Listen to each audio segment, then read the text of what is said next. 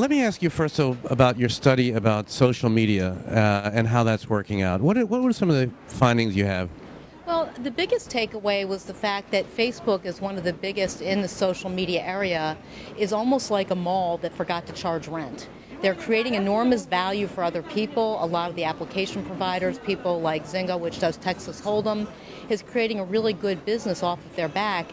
With their success at Facebook, up to 300 million users, they're suffering really escalating network costs, yet they really need to get a revenue model that's more sustainable and can scale fast. How could they? What are some of the promising opportunities for them in terms of revenue, would you say? Well, they are doing well with advertising, but I'm a believer that there's so much inventory out there that the advertising will never really keep up with the user base. But they could charge some of the application providers a very small amount. Using the mall analogy again, they're being given an opportunity to be somewhere that's heavily trafficked. It's charging a very small amount for each of these application providers would scale big very quickly. Did it surprise you that the application providers are making more than Facebook itself? Not really. I think we've seen that happen on the internet many times, that you can throw something up there quickly, you can track people. It's in the game area largely that we're seeing these successes, and so that isn't that surprising. When you think about community, the opportunity to play games together is a natural. Well, let me ask you about, we're a couple blocks from the New York Times here. What opportunities do they have for survival, growth, new business? What are some of your thoughts? Well, the New York Times is a venerable brand, and they've done a good job in the past of charging a premium for their content. I think the challenge for them is to act more like an integrated brand across all different distribution channels without being as concerned about whether it's in print or otherwise. They recently tried to raise their prices, and they are hopefully successful in raising prices for their print model, but at the same time they haven't really done a good job of integrating their electronic version, their Kindle version, and pointing out to potential readers and broadening their audience that they've got less expensive alternatives out there. They could create, they already do create premium content, that they could try more experiments at charging for it. They are probably going a little bit astray by trying to charge for all the products they're charging for that they heavily promote in the paper. They've got a lot of wonderful columnists, which are brands that they could charge for as well, but ultimately they're a news organization, they should stick to that. It's just a question of ferreting out which user groups might pay for different pieces of it.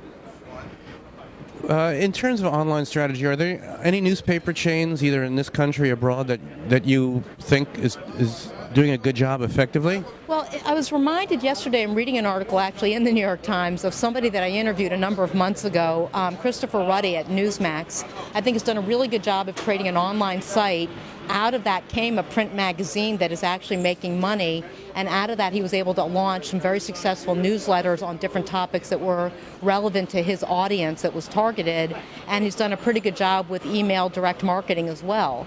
And so he's an example of someone who I think has been successful, has enjoyed good growth, has not tried to get people to pay for content online, but using the knowledge of them has gotten them to pay for content elsewhere. And finally, about Google, is it a giant parasitic tapeworm in the stomach of newspapers? Tell us about your perception of the relationship between Google and the newspaper industry. Well, I'm not sure I understand why the newspaper industry is so vexed about Google. I think Google's done a tremendous job of driving traffic to sites that would never have gotten that recognition without Google. It would have been too costly for most of those sites to ever get the same level of promotion that they do get with Google today. And so I'm not quite sure why it's such an adversarial relationship. How I see. And just again, the question about paid content, so to speak, or subscription for newspapers, and we see Brill and Krovitz coming up with a new company and other discussions. Where do you think, either micropayments, subscriptions, where will the pay model evolve in your opinion? I'm not sure that most newspapers will ever really get away with a recurring subscription model, but if they can create premium content that's valuable to a select community, I think they'll have some success. And so I think it's going to either be more happenstance and knowing when they've got something they can package, either a series of articles that when put together become something else that they could then charge for. Some of that will be archived information.